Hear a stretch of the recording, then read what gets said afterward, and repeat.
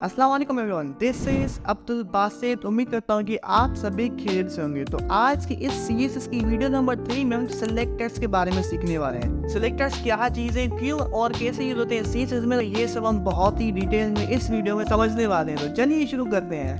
अब देखिए सिलेक्टर्स क्या होते हैं सीरीज में। हम देखें सिलेक्टर्स HTML के किसी भी एलिमेंट को CSS में सिलेक्ट करके उसके अंदर CSS इंप्लीमेंट करने के काम आते हैं और सिलेक्टर CSS में बहुत ही इंपॉर्टेंट रोल प्ले करते हैं। अगर आपने सिलेक्टर्स को बहुत ही डिटेल में समझा और अपने माइंड में सेव कर लिया तो आपको CSS में आगे समझने में आसानी होगी। और वीडियोस देखकर उनको छोड़ा ना करें, वीडियोस देखकर उनके ऊपर प्रैक्टिस किया करें, उनके ऊपर ट्राई किया करें, उनको टैलेंट दिया करें। अगर आप वीडियोस देखकर छोड़ देंगे तो आपको कोई भी चीज़ अच्छी तरह समझ में आने वाली नहीं है। अगर आप प्रैक्टिस करते हैं तो आप मिस्टेक्स करते हैं, मिस्टेक करने के चांसेस ज़्यादा होते हैं और फिर आप उसका सोल्यूशन ढूंढते हैं। अगर आप सोल्यूशन ढूंढते हैं फिर तो आपको चीज़ें बहुत ही अच्छी तरह से समझ में आ जाती है। तो प्लीज़ वीडियो देकर उनको छोड़ा ना करें, उनको अच्छी तरह से समझा करें, प्रैक्टिस किया करें, तभी ही आपको चीज़ें बहुत ही डेप्थ में समझ में आएगी। अब CSS में बहुत ही डिफरेंट टाइप के सिलेक्टर्स होते हैं, लेकिन इस वीडियो में मैं सारे समझाने वाला नहीं हूँ, सारे मैं आपको नहीं बताऊंगा। जो मोस्ट इम्पोर्टेंट यूज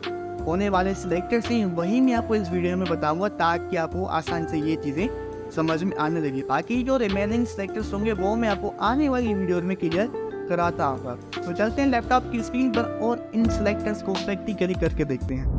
ओके, तो यहाँ पर मैंने डेस्कटॉप पर एक फोल्डर क्रिएट किया हुआ है जिसका नाम सिलेक्टर्स है। इसके अंदर कुछ इमेजेस पड़ी हुई हैं, ये भी हम यूज़ करने वाले हैं। बट मैं यहाँ पर इस फोल्डर को VS Code में करता हूँ ओपन, राइट क्लिक करके ओपन विद कोड करते हैं। ओके, ओपन विद कोड करने के बाद ये सिलेक्टर वाला फोल्डर आपके VS Code में ओपन हो चुका है। प्लस के आइकन पर क्लिक करके यहाँ पर HTML की फाइल क्रिएट करते हैं और यहाँ पर मैं नाम दूंगा इसको selectors.html। ओके, एंड इंटर करेंगे तो ये आपका selectors.html आपकी सिलेक्टर्स की फोल्डर में ओपन हो चुका है। अब यहाँ पर शिफ्ट और 1 प्रेस करके HTML का सिंटैक्स लिख देंगे इंटर करके। और यहाँ पर अभी मैं यहाँ पर एक डिफ क्रिएट करता हूँ। डिफ क्या होती है? डिफ इज लाइक ए कंटेनर और बॉक्स। जैसे आपका बॉक्स का काम होता है या कंटेनर का काम होता है, वही सेम काम HTML में डिफ का होता है। अब देखेंगे, आप कंटेनर में कोई भी चीज़ इम्प्लीमेंट करते हैं, आप बॉक्स अगर आप उठा लें ना, बॉक्स के अंदर कोई भी चीज़ डालेंगे, उसमें मटीरियल अपना डालेंगे। अभी बॉक्स की एक साइज आप डिफाइन करेंगे, बॉक्स की साइज इतनी होनी चाहिए, इसकी हाइट और वेट इतनी होनी चाहिए। तो डिव भी एग्जैक्ट वही काम करती है HTML में। Div is like a box, आपने एक बॉक्स बनाया, उसके अंदर हम कोई भी डेटा इनपुट करेंगे, लाइक H1 टैग होंगे या कोई भी आप टैग उस डिव के अंदर इंप्लीमेंट करेंगे।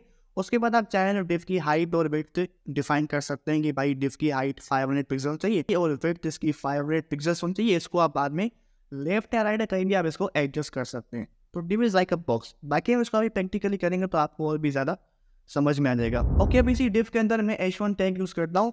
यहाँ पर आते हैं H1 और यहाँ पर मैं लिखता हूँ भाई दिस इज H1। ठीक है, उसके बाद इसको करते हैं सेव और यहाँ पर गो राइट पर करता हूँ मैं क्लिक। अच्छा देखिए, अब यहाँ पर दिस इज H1 आ चुका है, लेकिन ये बहुत सिंपल है, मुझे इसको CSS में थोड़ा कस्टमाइज़ करना है।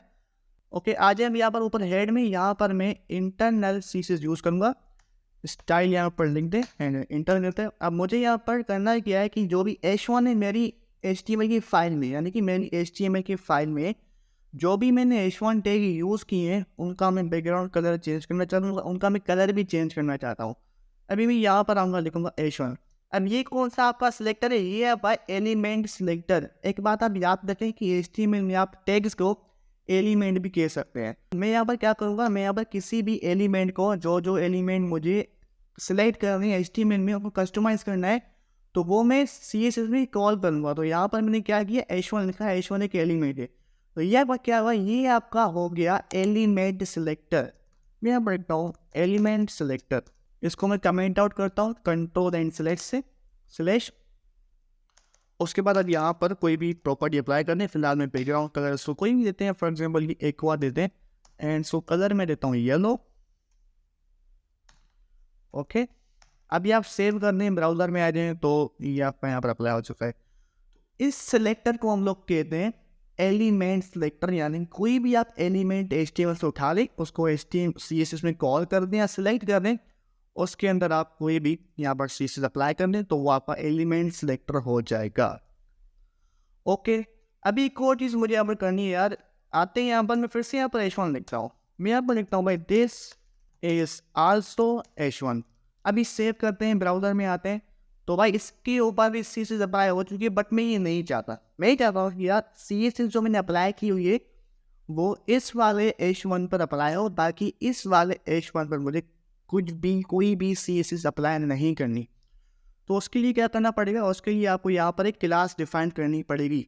तो मुझे यहाँ पर क्लास डिफाइन करनी, क्लास का कोई भी नाम दे, मैं बॉक्स देता हूँ, आप कोई भी नाम दे सकते हैं, ABCXYZ123, आप अपना भी नाम यहाँ पर दे सकते हैं क्लास में, इसका कोई भी इशू नहीं है।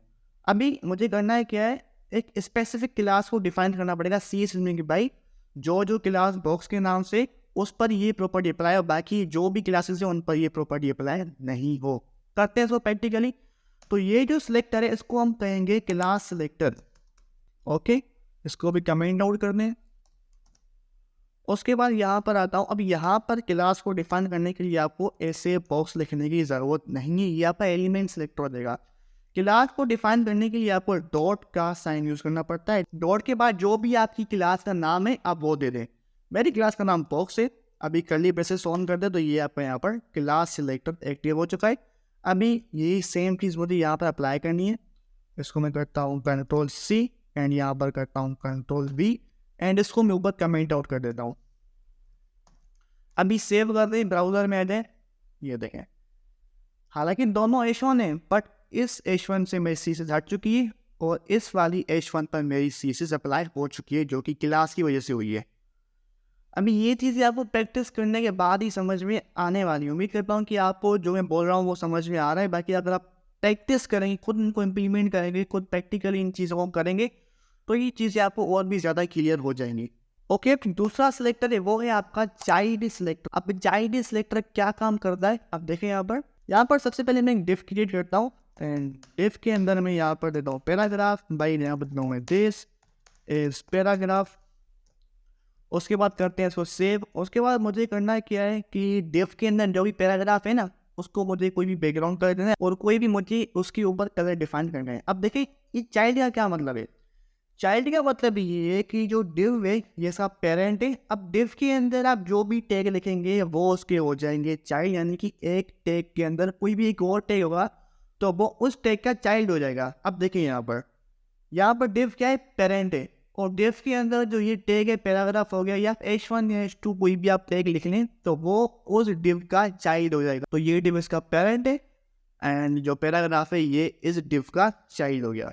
अभी मुझे करना क्या है कि भाई जो भी डिव के अंदर पैराग्राफ है जो भी, उसका कलर कुछ और हो जाए और बैकग्राउंड कलर का कुछ और हो जाए। तो उसके लिए आपको क्या करना पड़ेगा, वापस आ जाए CSS में एंड यहाँ पर आपको यही लिखना पड़ेगा कि भाई डिव के अंदर जो पैराग्राफ है यानी डिव का जो चाइल्ड है उसका बैकग्राउंड कलर हो जाए ब्लू वॉलेट एंड यहाँ पर उसका जो कलर हो जाए वो हो जाए, यह करते हैं ठीक है एंड सेव कर दें और ब्राउज़र में आ जाए। ये देखें डिव के अंदर जो पैराग्राफ है डिव का जो चाइल्ड है उसका कलर ये हो गया।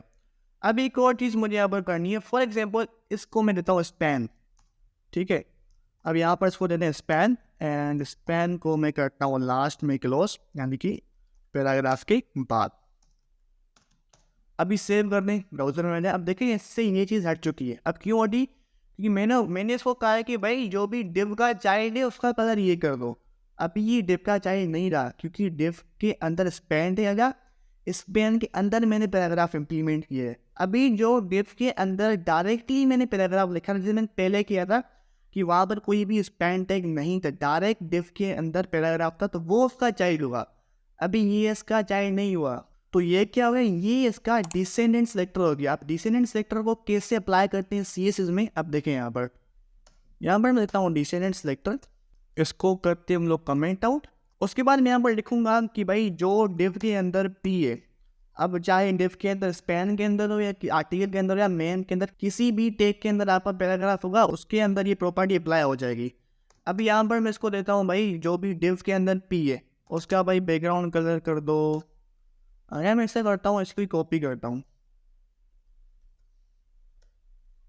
Ctrl+C और यहाँ पर करता हूँ मैं पेस्ट। अभी सेव कर दें, लेकिन इसको मैं करता हूँ कमेंट आउट, ठीक है। अभी आप सेव कर दें, ब्राउज़र में आए, ये देखें जो भी div के अंदर पैराग्राफ है उसके ऊपर ये CSS प्रॉपर्टी अप्लाई हो चुकी है। ठीक है, तो ये आप कर सकते हैं डिसेंडेंट सिलेक्टर से। अभी जो दूसरा सिलेक्टर है वो बहुत ही मोस्ट इंपॉर्टेंट सिलेक्टर है, हालांकि सभी मोस्ट इंपॉर्टेंट सिलेक्टर है लेकिन वो भी कम नहीं है। तो आप आइए करके देखते हैं इसको। उसका नाम है यूनिवर्सल सिलेक्टर। तो यहाँ पर मैं लिखता हूँ यूनिवर्सल सिलेक्टर। ओके, इसको भी करता हूँ मैं कमेंट आउट। अभी देखिए यूनिवर्सल सिलेक्टर क्या होता है, ऐसा क्या यूज होता है। अगर आप ब्राउजर में नोटिस करेंगे तो देखिए यहाँ पर साइड में बाय डिफॉल्ट इसकी मार्जिन है, यहाँ पर बाय डिफॉल्ट मार्जिन है, यहाँ पर बाय डिफॉल्ट मार्जिन है, यहाँ पर बाय डिफॉल्ट मार्जिन है और बाय डिफॉल्ट पैडिंग यहाँ पर भी देखिए बाय डिफॉल्ट पैडिंग है। अब देखिए मार्जिन और पैडिंग क्रोम ने बाय डिफॉल्ट कोई भी ब्राउजर यूज करेंगे तो उसमें बाय डिफॉल्ट खुद वो आपको मार्जिन और पैडिंग प्रोवाइड करते हैं। अगर आप कोई प्रोजेक्ट बनाते हैं तो उसमें क्या होता है कि हम अक्सर मार्जिन और पैडिंग खत्म करते हैं। जो बाय डिफॉल्ट यहाँ पर से आप देख रहे हैं ये हम खत्म कर देते हैं, हम खुद की मार्जिन और पैडिंग देते हैं। तो वो करने के लिए हमको क्या करना पड़ेगा, मुझे यहाँ पर जो बाय डिफॉल्ट मार्जिन और पैडिंग की खत्म करनी है तो उसके लिए मैं आऊँगा VS कोड में और यहाँ पर दूंगा स्टार।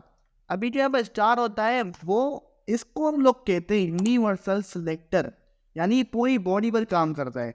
तो मैं यहाँ पर ये कहना चाहता हूँ कि इसकी पैडिंग कर दो भाई 0 एंड इसकी मार्जिन भी आप कर दो 0। मुझे नहीं चाहिए बाय डिफॉल्ट, मैं खुद यहाँ पर अप्लाई करना चाहता हूँ। सेव कर दें, आ जाए ब्राउजर में, देखें इसकी बाय डिफॉल्ट जो भी मार्जिन और पैडिंग थी वो खत्म हो चुकी है। मैं अपने हिसाब से इसमें अप्लाई कर सकता हूँ। ठीक है, ये आपका होता है यूनिवर्सल सिलेक्टर।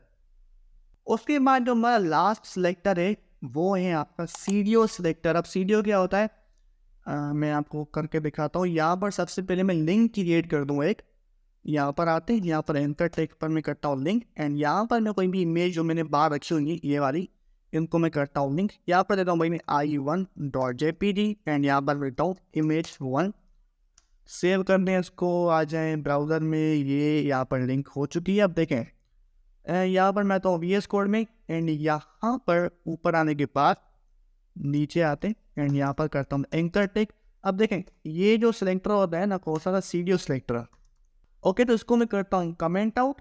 अब जो ये सीडीओ सेलेक्टर होता है ना इसकी P साइलेंट होती है। ओके, इसको इम्प्लीमेंट कैसे करते हैं, इसको इम्प्लीमेंट करने के लिए सबसे पहले आपको जो आपने टैग यूज़ किया है, मैंने एंकर टैग यूज़ किया है, उसके बाद आपने कॉलन देना है। अब इसकी सारी प्रॉपर्टीज़ हम सब तो मैं नहीं क्लियर करवाने वाला, लेकिन मैं 3-4 जो मोस्ट इंपॉर्टेंट प्रॉपर्टीज़ है, जो मोस्ट इंपॉर्टेंट के सिलेक्टर से वही मैं आपको क्लियर कराऊंगा। तो जो यहाँ पर एक देखें विजिटेड का क्या मतलब होता है कि जो लिंक में विजिट कर चुका हूँ। अब देखें यहाँ पर VS कोड में आते हैं। अब ये लिंक मैंने विजिट नहीं की, मैंने ओपन नहीं की, इसको मैं इसी को क्लिक करूँगा, ये मेरा जो लिंक है विजिट हो जाएगा। तो अभी इस विजिट तो हो गया। अब कलर बाय डिफॉल्ट पर्पल है तो मुझे कलर करना है चेंज। जो लिंक में विजिट करता जाऊँगा उसका कलर है खुद ब खुद चेंज कर देगा। आ जाए VS कोड में। अब यहाँ पर करता हूँ भाई जो मैंने लिंक विजिट की हुई है उसका कलर आप कर दो ऑरेंज करते हैं, ये वाला। सेव कर दें, ब्राउज़र में आ जाए, देखिए मैंने जो लिंक विजिट की उसका कलर चेंज हो गया।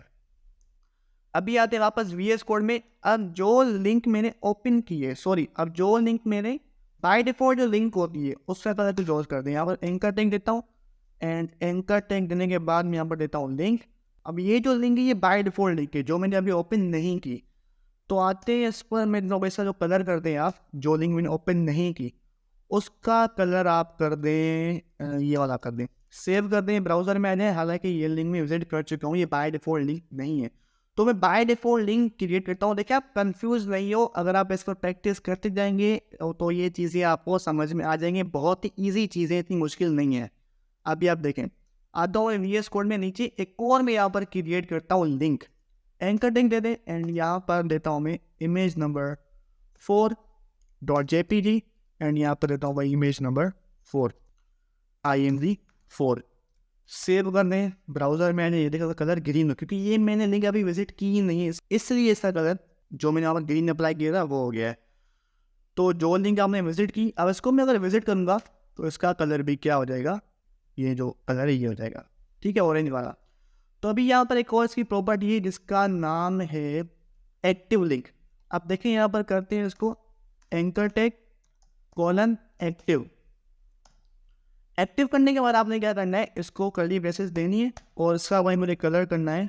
लेट्स से मैं यहाँ पर कलर करना चाहता हूँ, यह करते हैं। सेव कर दें, ब्राउज़र में आ जाए। एक्टिव लिंक का क्या मतलब होता है, अगर इसको पकड़ के रखूँगा इसका कलर चेंज हो गया, छोड़ दूंगा ये लिंक ओपन हो गई, पकड़ के रखूंगा इसका कलर चेंज होगा। तो ये जो पकड़ के रख रहा हूँ तो इसका कलर क्या हो रहा है, ये इसका कलर एक्टिव हो रहा है। तो ये आपके होते हैं एक्टिव लिंक। एक और मजेदार चीज़ आपको बता दूँ, होवर जो इफेक्ट होते हैं वो किससे लगते हैं। अब यहाँ पर आ जाए एंकर टैग लिख दें कॉलन और यहाँ पर होवर लिख दें। होवर बहुत ही मज़ेदार चीज़ है, मुझे पर्सनली बहुत अच्छी लगती है। अभी यहाँ पर इसको कर्ली ब्रेसेस मैं कहता हूँ मैं इसका बैकग्राउंड कलर हो जाए होवर का, जब मैं होवर करूँ बैकग्राउंड कलर का हो जाए रेड, और उसका कलर क्या हो जाए, इसका कलर हो जाए ये वाली कर देते हैं। सेव कर दें, ब्राउज़र में आ जाए। अब देखें यहाँ पर जैसे इसको होवर करूँगा कलर रेड हो गया, होवर हटाऊँगा कलर चेंज हो गया, होवर करूँगा बैकग्राउंड कलर रेड हो गया, वो कलर मैंने वाइट सा कुछ मैचिंग कलर था, पता नहीं क्या नाम था, वो हो रहा है। अब इससे बाय डिफ़ॉल्ट कलर क्या हो रहा है, जो लगाया मैंने ऑरेंज हो रहा है। अगर मैं जैसे इसको होवर करूँगा कलर वाइट हो गया एंड बैकग्राउंड कलर हो गया रेड। तो ये हम होवर से कर सकते हैं। तो ये थे कुछ मोस्ट इंपॉर्टेंट सेलेक्टर्स जो कि मैंने आपको अभी क्लियर करवाए। उम्मीद करता हूँ कि आपको अच्छी तरह से समझ में आ चुके होंगे।